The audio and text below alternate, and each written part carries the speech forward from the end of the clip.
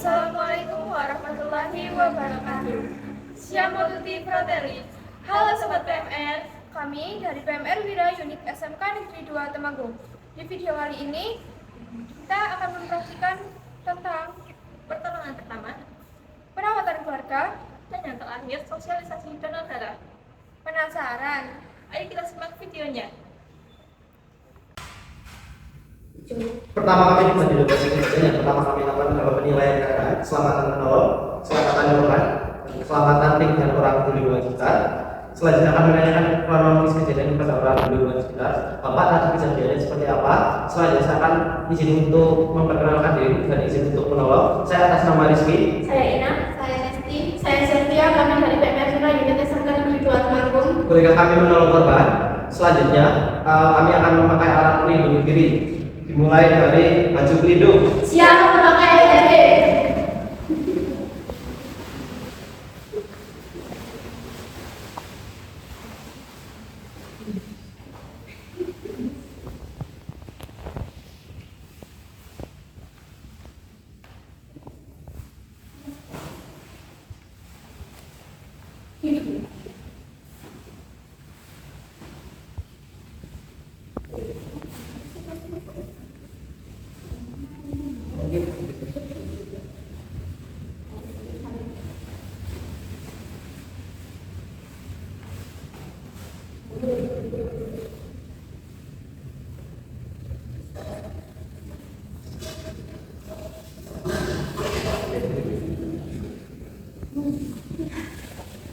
Selanjutnya sarung tangan latex.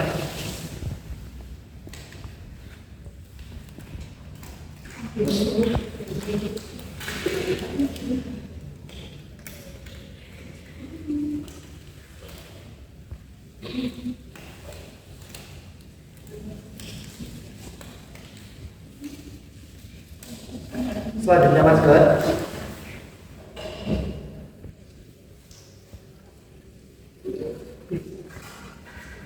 Selanjutnya kacamata.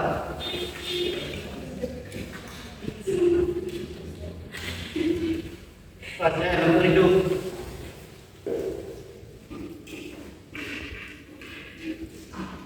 Selanjutnya akan meminta bantuan kepada orang di lingkungan sekitar untuk mendapatkan ambulan. Bapak bisa tolong menginformasikan nomor 119 atau ambulans terdekat. Selanjutnya telah mendekati korban. Tahap selanjutnya itu penilaian dini, menentukan kesan umum trauma atau medis.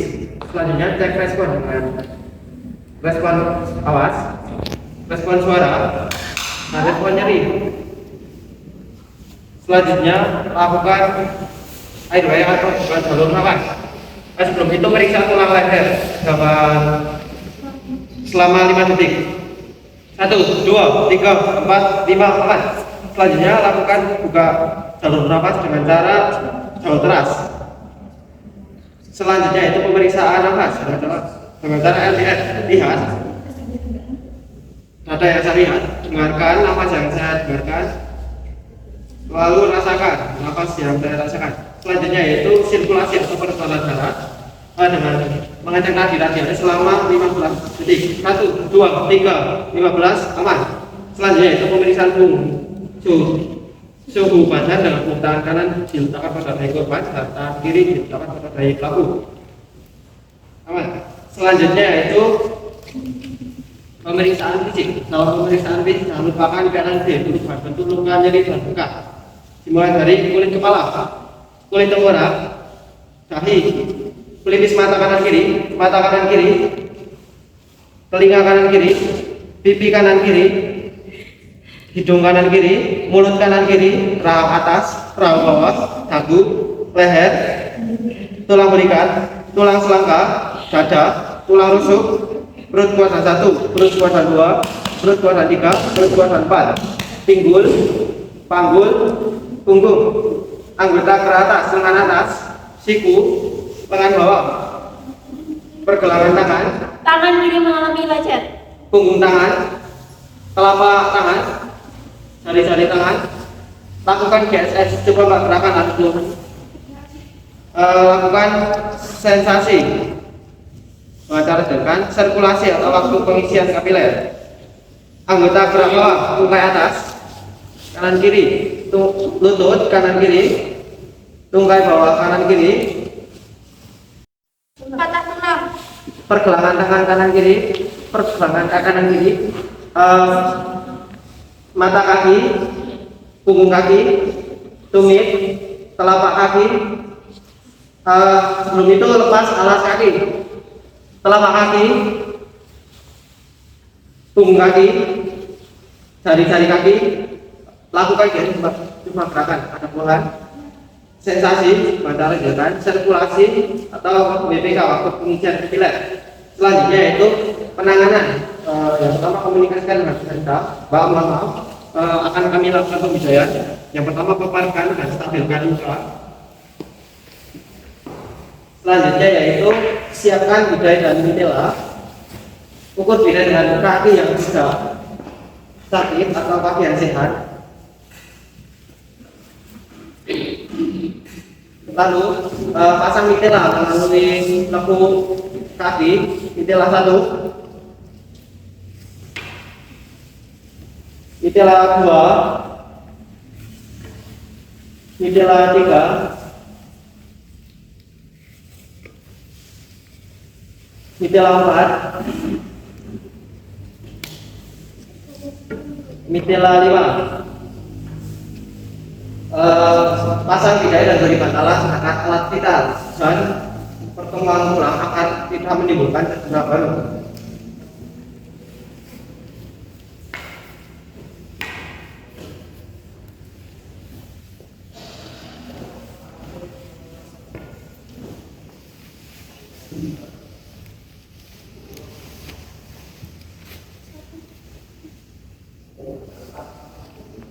Ikat mitela dengan bidai dengan simpul hidup di satu sisi dan berada di luar. Mitela 1 dengan simpul hidup dan berada di satu sisi. Mitela 2 dengan simpul hidup dan berada di satu sisi. Mitela 3 dengan simpul hidup dan berada di satu sisi.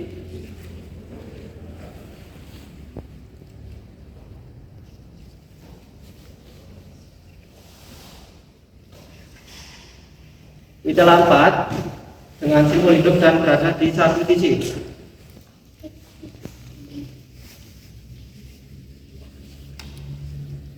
Ikat dengan kaki yang sehat. Selanjutnya itu penanganan pada pelipis mata pergelangan kanan tangan kanan.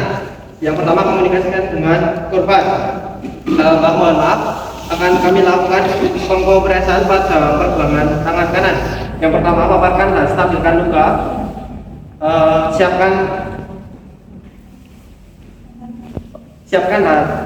Paparkan alat bantu luka. Siapkan alat, lalu kompres menggunakan NaCl dan kasa. Ukur kasa, ukur Hansaplast, lalu foto kasa. Tempelkan pada alat gerak yang terluka. Lalu ukur Hansaplast. Tempelkan Hansaplast pada alat gerak yang terluka.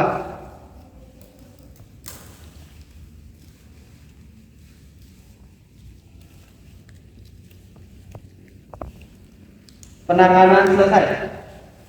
Tahap selanjutnya yaitu pemeriksaan berkala dengan memeriksa nafas, memeriksa respon, memeriksa nadi. Selanjutnya itu pemeriksaan tanda vital, pemeriksaan nafas tanpa diketahui oleh korbannya dengan cara melihat dada atau hidung dengan rumus 15x4 dicatat dalam buku. Selanjutnya itu pemeriksaan nadi radialis dengan rumus 15x4 dicatat dalam buku. Selanjutnya pemeriksaan suhu badan dengan dua tangan kanan diletakkan pada dahi korban dan tangan kiri diletakkan pada dahi pelaku. Tentukan warna kulit basah, kering atau lembab. Selanjutnya yaitu evakuasi.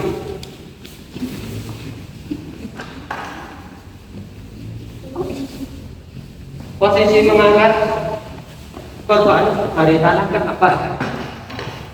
Tangan tidak pada bagian yang terluka. Tandu yang mendekat. Posisi tadi mengangkat beban. Teknik langkah kaki berjalan saat menggunakan tandu 1, 2, 3.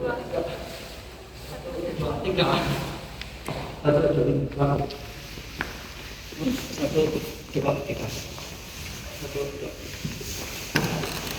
Tak saja pelaporan.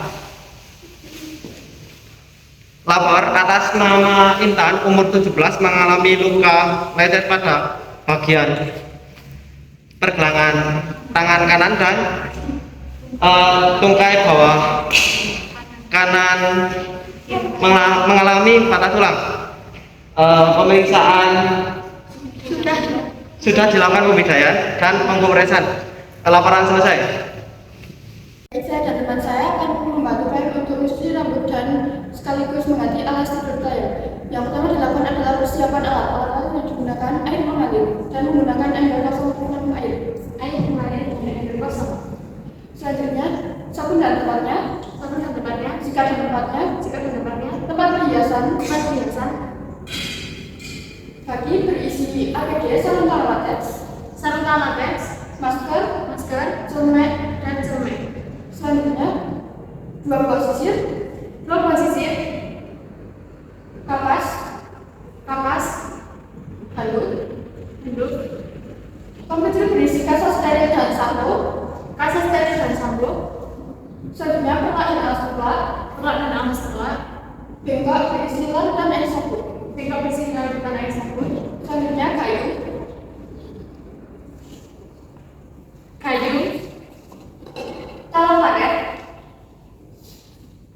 talang karet, ember berisi air dingin, ember berisi air hangat, ember kosong. Selanjutnya, kain pel dan handuk untuk tangan. Waslap, keranjang pakaian kotor, spray bersih, selimut bersih, sarung tangan bersih, perlak dan alas telak yang bersih. Selanjutnya, sebelum melakukan tindakan sebaiknya mencuci tangan terlebih dahulu. Yang pertama adalah aliri lepas perhiasan yang menempel pada tangan lalu letakkan pada tempatnya. Gulungan baju hingga ke siku. Aliri air dengan menggunakan air mengalir.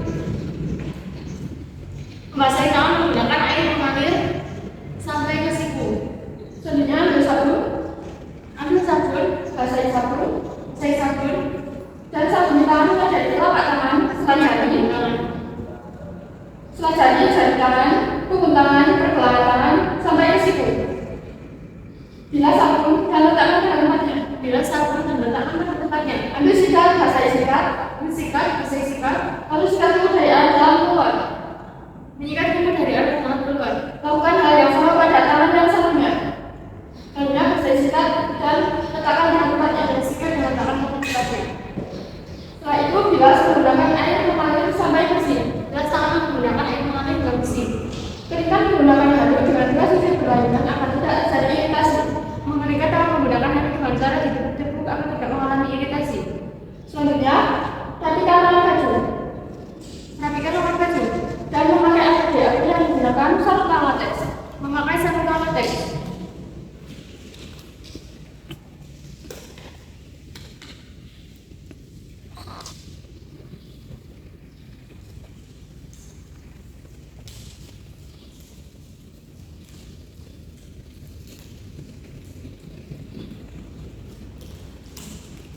masker.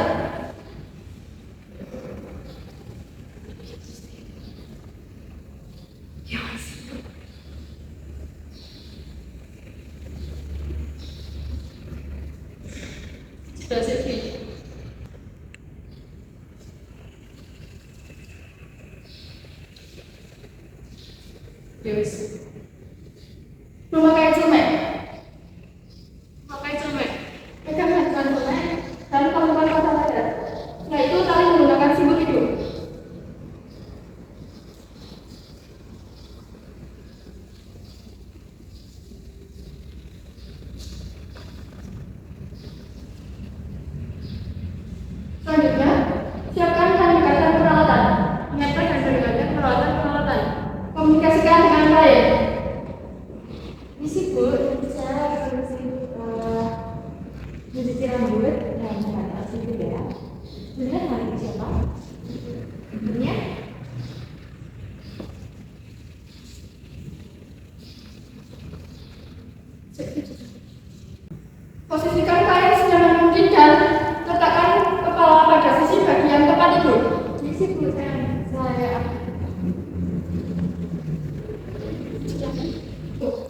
siku saya ambil dulu ya.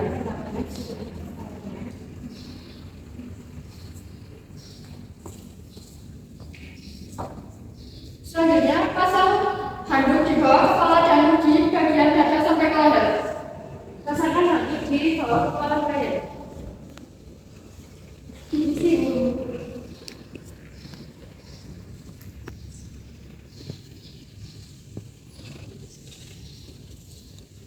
Pasang handuk di dada sampai ke leher.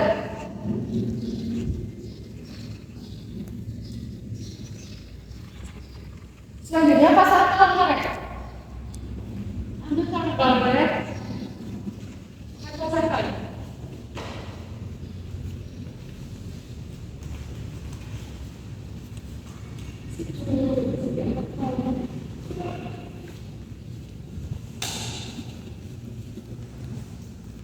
Pasang ember di atas stempel. Bila ada ember, letakkan ember di atas stempel. Selanjutnya, tutup telinga menggunakan kapas dan mata menggunakan masker. Tutup telinga kalian menggunakan kapas. Tutup mata kalian menggunakan masker.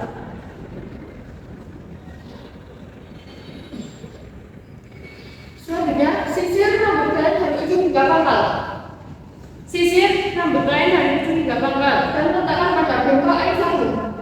Letakkan sisir pada bengkok sabun. Selanjutnya, siram menggunakan air. Sebelumnya, tawarkan apakah mau menggunakan air dingin atau hangat.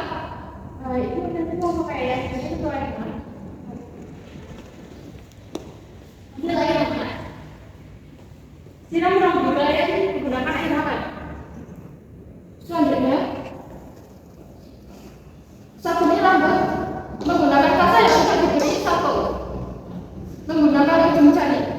Ambil kasa yang sudah diberi sampo, masukkan pada rambut dari ujung ke pangkal. Isi ya, Bu. Selanjutnya, bilas menggunakan air hangat.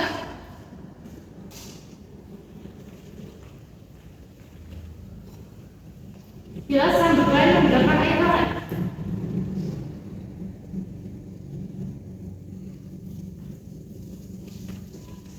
Selanjutnya, angkat kapas penutup kepala dan kepala lalu letakkan pada ember. Akan menutup kepala dan menutup mata dan masukkan ke dalam ember. Angkat tangan karet dan masukkan ke dalam ember. Selanjutnya, keringkan rambut menggunakan handuk di bawah kepala.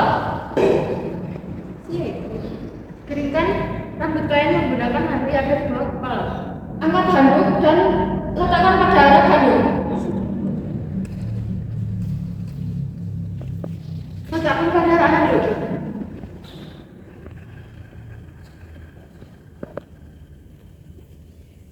Angkat handuk yang ada di dada kalian dan handuk pada arah handuk. Selanjutnya, sisir rambut kalian dari ujung hingga pangkal. Ambil sisir rambut kalian dari ujung hingga pangkal. Mencuci rambut kalian telah selesai, dilanjutkan untuk mengganti alas tidur kalian. Yang pertama, komunikasikan dengan kalian. Ini sudah selesai. Mencuci rambut kalian dan sudah selesai. Lanjutkan untuk menghadap alas tidur yaitu Gulung selimut tidur dan letakkan pada keranjang pakaian kotor. menggulung selimut tidur yang kotor dan letakkan pada keranjang pakaian kotor.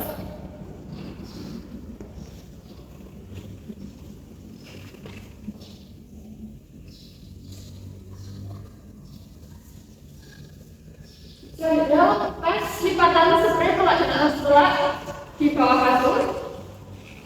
Melepas lipatan spray pelak dan alas pelak.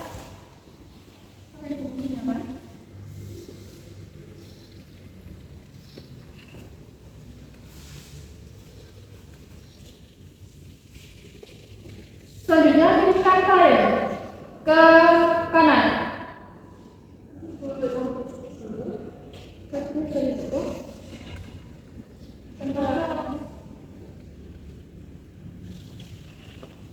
Belum spray pelak dan alas pelak yang kotor sampai ke belakang punggung kalian.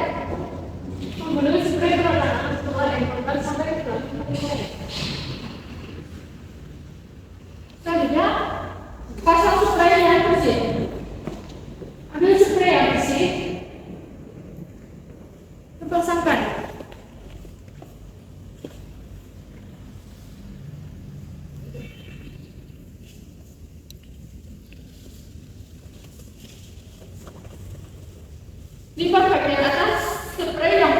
lalu gulung hingga ke belakang punggung layar.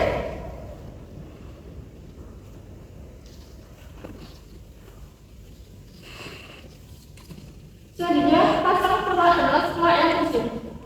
Ambil perlak adalah setelah rasakan.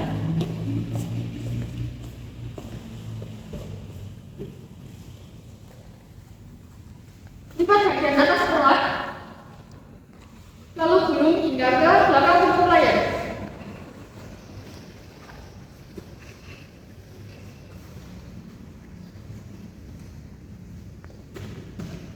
Selanjutnya, pasang alas perlak dan gulung lipatan atas sampai ke belakang punggung layar.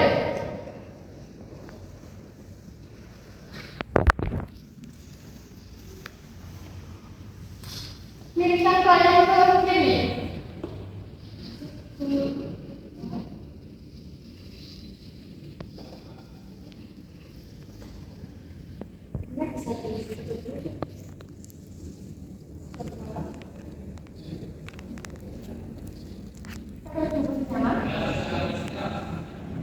Tarik spray perlak adalah setelah yang kotor, lalu letakkan pada random pakaian kotor. Menarik spray perlak dengan setelah yang kotor, lalu letakkan spray pada pakaian yang kotor. Selanjutnya tarik spray yang bersih dan rapikan spray. Tarik spray yang bersih.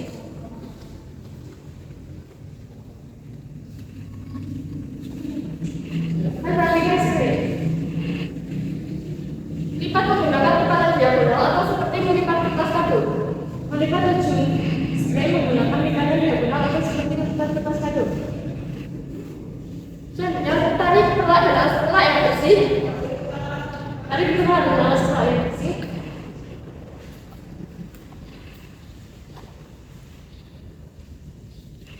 Letakkan kembali layar seperti semula.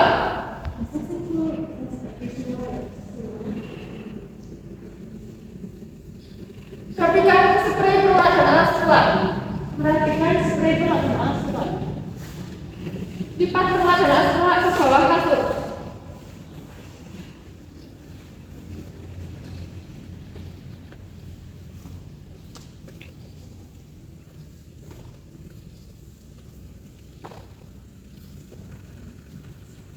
Pasang selimut yang bersih. Ambil selimut yang bersih, gunakan.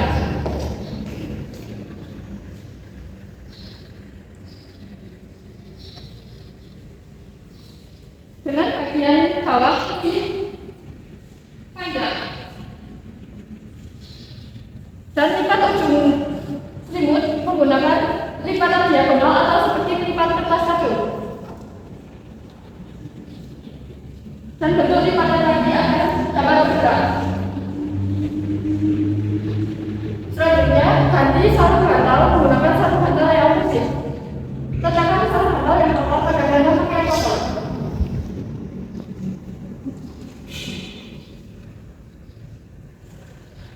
Mengganti satu bantal. Letakkan bantal di bawah kepala layar seperti semula.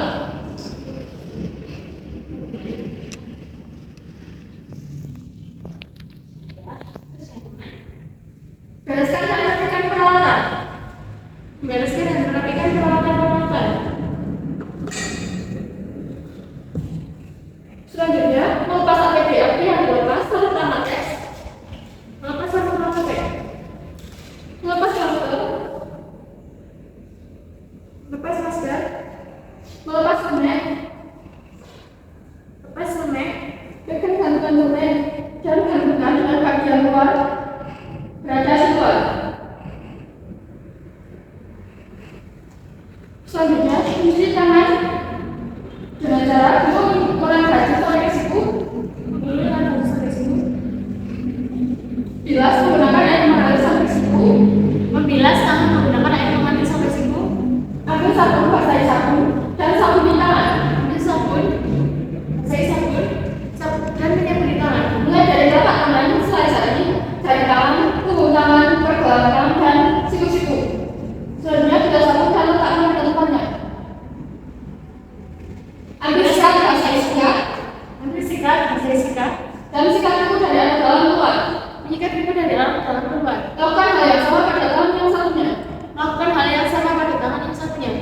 Bila segera dan letakkan pada tempatnya.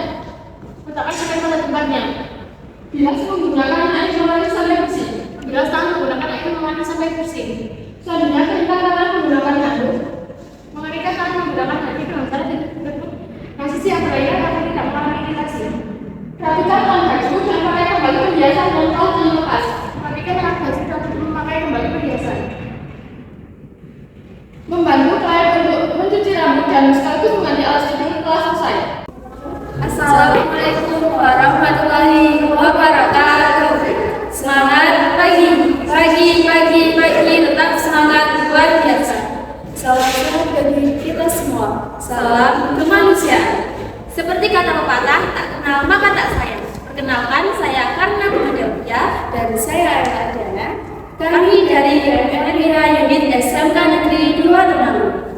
Pada kesempatan kali ini kami akan mensosialisasikan tentang DDS, donor darah sukarela. Nah, sebelum kita mengetahui tentang donor darah itu apa, kita harus mengetahui nih, apa sih darah itu? Darah adalah kombinasi plasma dan sel yang beredar di seluruh tubuh. Adapun golongan dari darah, yaitu golongan darah A, golongan darah B, golongan darah AB, dan golongan darah O. Golongan darah dibagi menjadi dua resi negatif dan resi positif. Lalu, apa itu donor darah? Donor darah yaitu orang yang menyumbangkan darahnya dengan maksud dan tujuan transfusi darah. Sedangkan untuk transfusi darah yaitu proses pemindahan darah dari pendonor ke penerima. Adapun jenis-jenis dari donor darah. Yang pertama ada DDS, donor darah sukarela.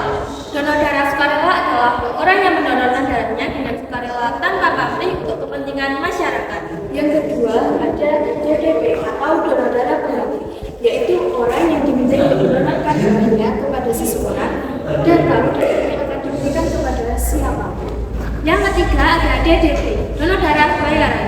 Donor darah bayaran adalah orang yang mendonorkan darahnya dengan mengharapkan imbalan atau bayaran.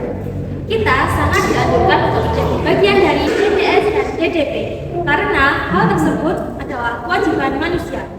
Dan jangan sekali-sekali kita menjadi bagian dari DDP karena hal tersebut tidak diperbolehkan oleh agama maupun perundang-undangan. Nah, kira-kira kalau kita mendonorkan darah, apa saja sih syarat dari donor darah? Tentu saja ada dong. Yang pertama, minimal berusia 17 sampai 60 tahun. Kenapa umur di bawah 17 tahun belum boleh donor darah? Karena di usia 17 tahun ke bawah kandungan zat besi lebih tinggi, sehingga pendonor beresiko mengalami defisiensi zat besi lebih besar. Yang kedua ada berat badan minimal 45 kg.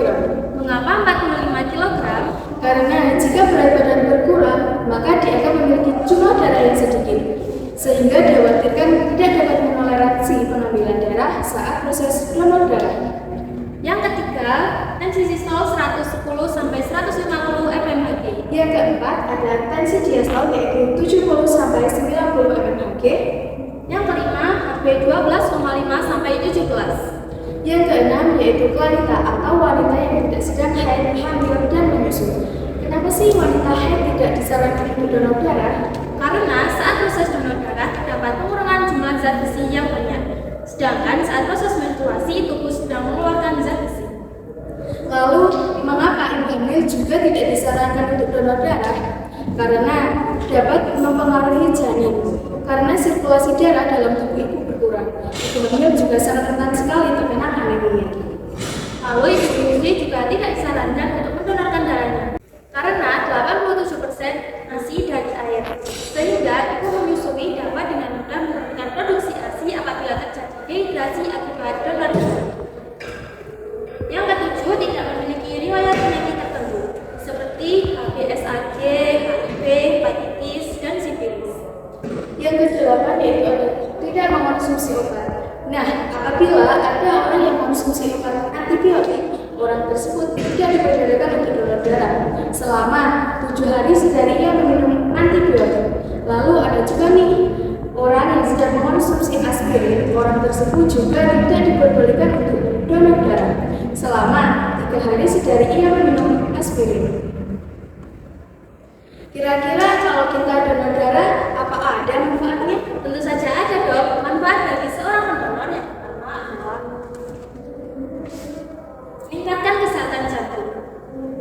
kedua, membakar kalori. Yang ketiga, mengurangi kelebihan zat besi. Yang keempat yaitu memberikan rasa kepuasan emosional. Yang kelima atau yang terakhir yaitu meningkatkan produksi darah. Nah, bukan cuma pendonor nih yang ada manfaatnya, penerima juga ada.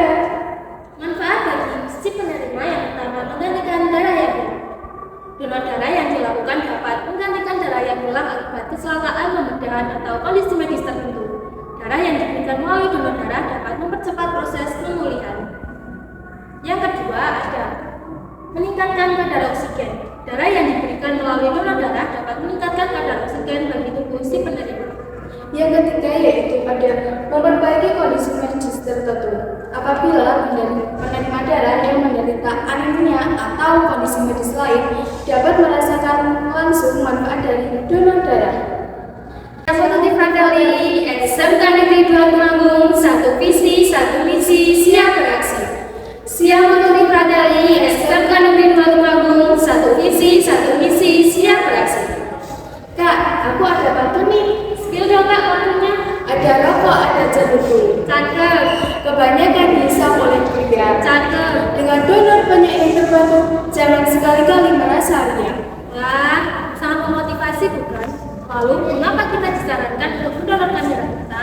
Karena satu kantong darahku membantu menyelamatkan 3 nyawa sekaligus.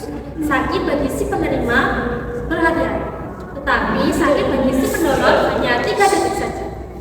So, give blood, Berikan darah, give plasma, berikan plasma, share life, bagikan kehidupan, and share often. bagikan secara teratur. Ayo, donor darah. Donor darah itu sehat. Donor darah itu ibadah. Kami ucapkan terima kasih atas partisipasi yang telah diberikan. A drop of your blood has become for many people. Mari jadikan aksi kebaikan ini sebagai inspirasi untuk tetap berbagi dan peduli. See you and hopefully we can meet at the next opportunity.